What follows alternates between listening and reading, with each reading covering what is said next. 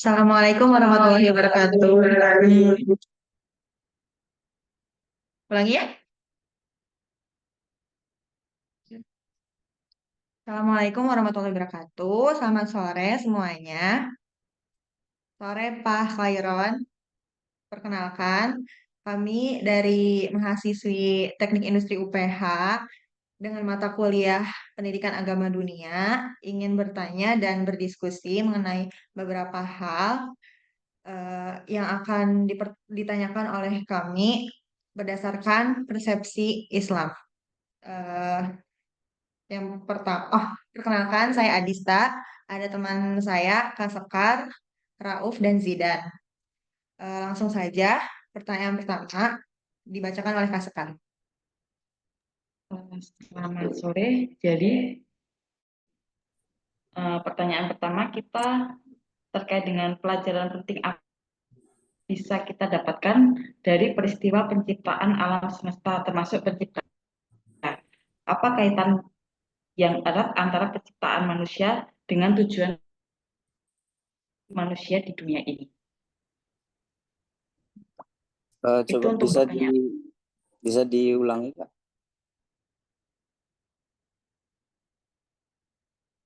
Halo,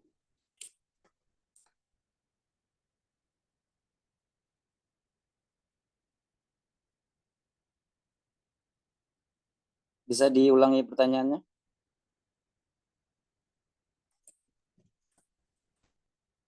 Jadi pertanyaannya, pelajaran penting apa yang bisa dapatkan dari peristiwa penciptaan alam termasuk penciptaan manusia? Apa kaitannya yang erat antara penciptaan manusia dengan tujuan hidup manusia dunia ini?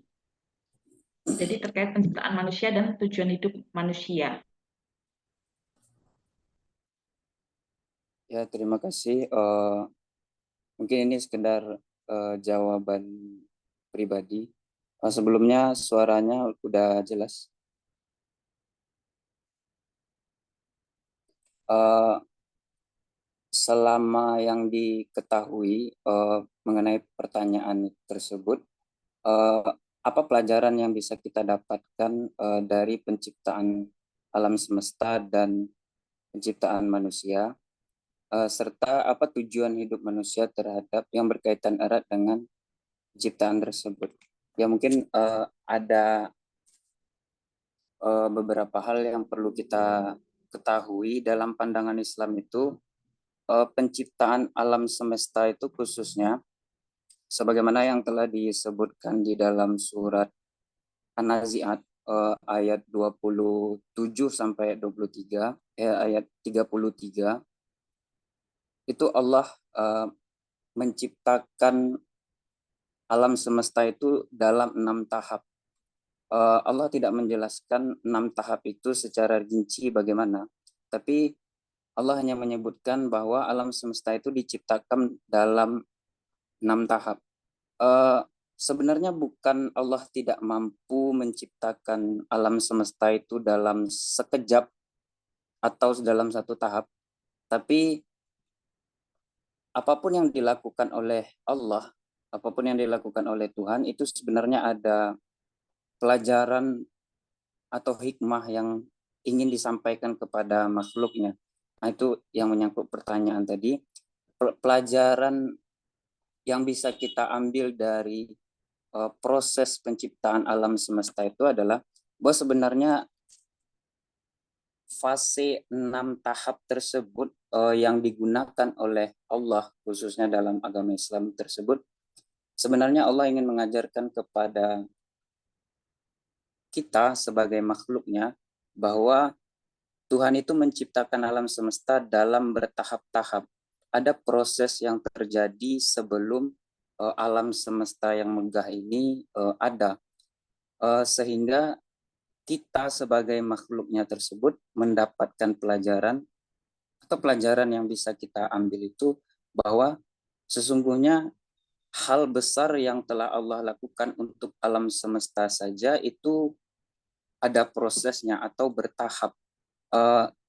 Itu penting bagi kehidupan kita mengenai bagaimana cara kita menghargai proses dalam kehidupan, bagaimana cara kita menghargai kehidupan kita yang entah berapa lama yang diberikan oleh Allah. Jadi juga menghilangkan sifat tergesa-gesa pada diri manusia itu sendiri. Karena manusia itu cenderung dia punya sifat yang tergesa-gesa atau dia ingin cepat mencapai tujuannya. Jadi penciptaan alam semesta yang begitu megah dan besar saja, itu Allah butuh proses dalam penciptaannya, sehingga kita sebagai makhluknya, dalam hal apapun kita juga harus mempunyai prosesnya. Karena juga gampang bagi Allah membuat kita sebenarnya mengelompokkan manusia ini neraka tempatnya atau surga saja. Sebenarnya gampang bagi Allah melakukan hal itu, tapi Allah tidak melakukannya. Jadi inti dari yang disampaikan itu adalah pelajaran penting dari penciptaan alam semesta itu adalah hikmah yang bisa kita ambil sebagai makhluknya, memahami proses yang ada di dalam kehidupan,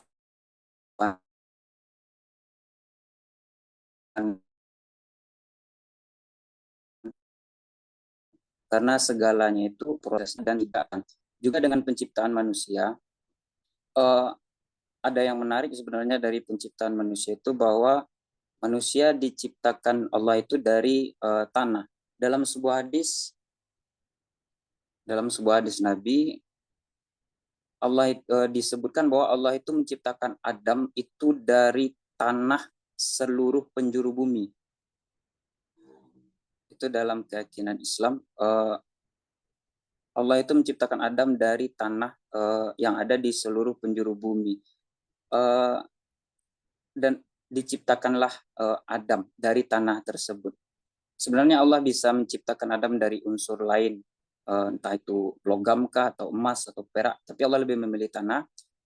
Juga pelajaran yang ingin disampaikan oleh Tuhan tersebut bahwa salah satu keburukan yang paling besar yang ada pada diri manusia adalah sifat angkuh dan merasa tinggi atau sombong. Jadi dengan Allah memakai materi tanah, kita merasa bahwa penciptaan kita itu terbuat dari tanah, yang mana tanah itu tempat kita kembali nantinya dikuburkan, atau tempat kita bersujud juga ke tanah. Jadi materi tanah yang dipakai oleh Tuhan tersebut dalam proses penciptaan manusia itu memiliki pelajaran yang sangat banyak atau yang sangat berharga, bahwa betapa kita perlu sadar di setiap keadaan ketika kita merasa sombong terhadap diri kita sendiri, kita butuh satu kesadaran bahwa badan kita, penciptaan manusia itu berasal dari tanah yang kita injak. Juga tujuan manusia yang berkaitan, tujuan manusia diciptakan itu tidak terlepas dari pesan-pesan yang disampaikan oleh Allah di dalam Al-Quran. Ada beberapa tujuan manusia itu diciptakan. Yang pertama itu beribadah, wa ma khalaqatul jinna wal insa illa liya'budun, dalam satu ayat di dalam Al-Quran, bahwa Allah itu menciptakan manusia itu hanya untuk beribadah atau menyembah kepada Allah. Juga di dalam surah Al-Baqarah ayat 30, ya 30 kalau tidak salah, Allah menciptakan manusia itu untuk menjadi khalifah di muka bumi. Dan yang terakhir adalah sebagai pemegang amanah. Bahwa manusia adalah makhluk, satu-satunya makhluk yang diciptakan oleh Allah dengan kelengkapan dalam segala hal. Di dalam surat At-Tin disebutkan bahwa manusia itu adalah makhluk yang paling sempurna atau sebaik-baik penciptaan. Mungkin itu kurang lebih jawaban dari pertanyaan pertama. Terima kasih untuk pertanyaan kedua. Mengapa manusia itu berdosa dan berbuat jahat? Bagaimana asal muasalnya? Eh, Kenapa manusia berbuat dosa? Itu tidak terlepas dari pembahasan pertanyaan pertama tadi. Masalah penciptaan manusia, bahwa telah disebutkan tadi bahwa Allah itu menciptakan manusia dengan sesempurnanya atau sebaik-baik ciptaan. Termasuk Allah juga memberikan kepada manusia itu hawa nafsu dan keyakinan. Kita sebagai seorang yang beragama, kita pasti punya dosa. Kita pasti punya dosa. Kalau sebentar, kita pasti punya dosa. Uh, Kenapa dosa itu bisa dilakukan oleh manusia? Itu tentu dari hal yang bisa tentu dari penciptaan yang Allah berikan tersebut, bahwa manusia diberikan hawa nafsu untuk dirinya, sehingga dia bisa merasa memiliki atau dia merasa harus menang. Jadi kenapa manusia bisa berbuat dosa itu, ketika hawa nafsunya tidak bisa dia kendalikan, sehingga dia itu merasa apapun hal yang bisa dia lakukan, dia akan lakukan walaupun caranya itu salah ataupun benar. Dan juga faktor lain yang menyebabkan manusia itu berbuat dosa yaitu tentunya iman. Karena dalam Islam itu ada istilah al-imanu yazid wa yanqus. Iman itu naik dan turun. Sehingga faktor-faktor tersebutlah yang membuat manusia itu bisa berbuat jahat atau berbuat dosa. Mungkin kurang lebih seperti itu jawabannya.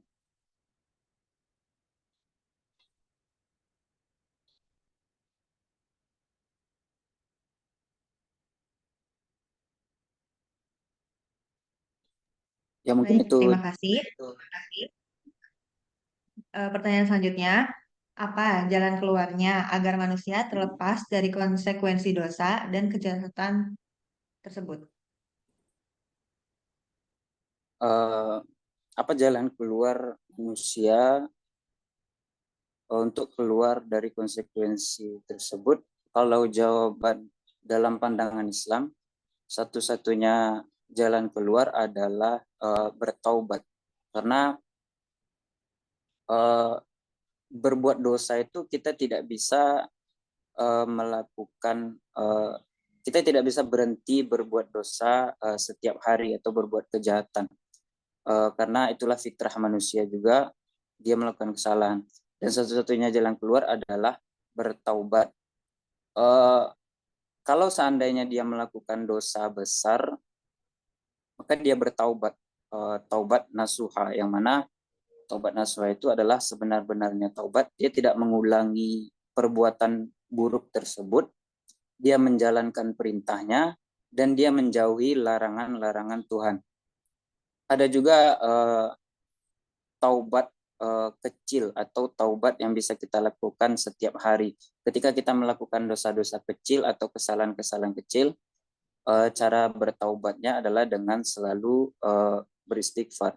Karena dalam Islam juga disebutkan bahwa dalam hadis Nabi itu mengatakan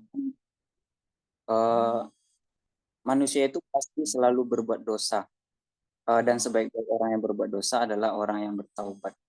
Jadi jalan keluarnya adalah dengan bertaubat. Mungkin itu jawaban untuk nomor 3, kurang lebih. Baik, terima kasih banyak untuk pemaparannya. Mohon maaf apabila ada kesalahan. Terima kasih atas waktunya, Pak, sudah meluangkan waktunya untuk kami. Ya, sama-sama. Ya, kalau gitu cukup sekian. Terima kasih. Wassalamualaikum warahmatullahi wabarakatuh. Waalaikumsalam warahmatullahi wabarakatuh.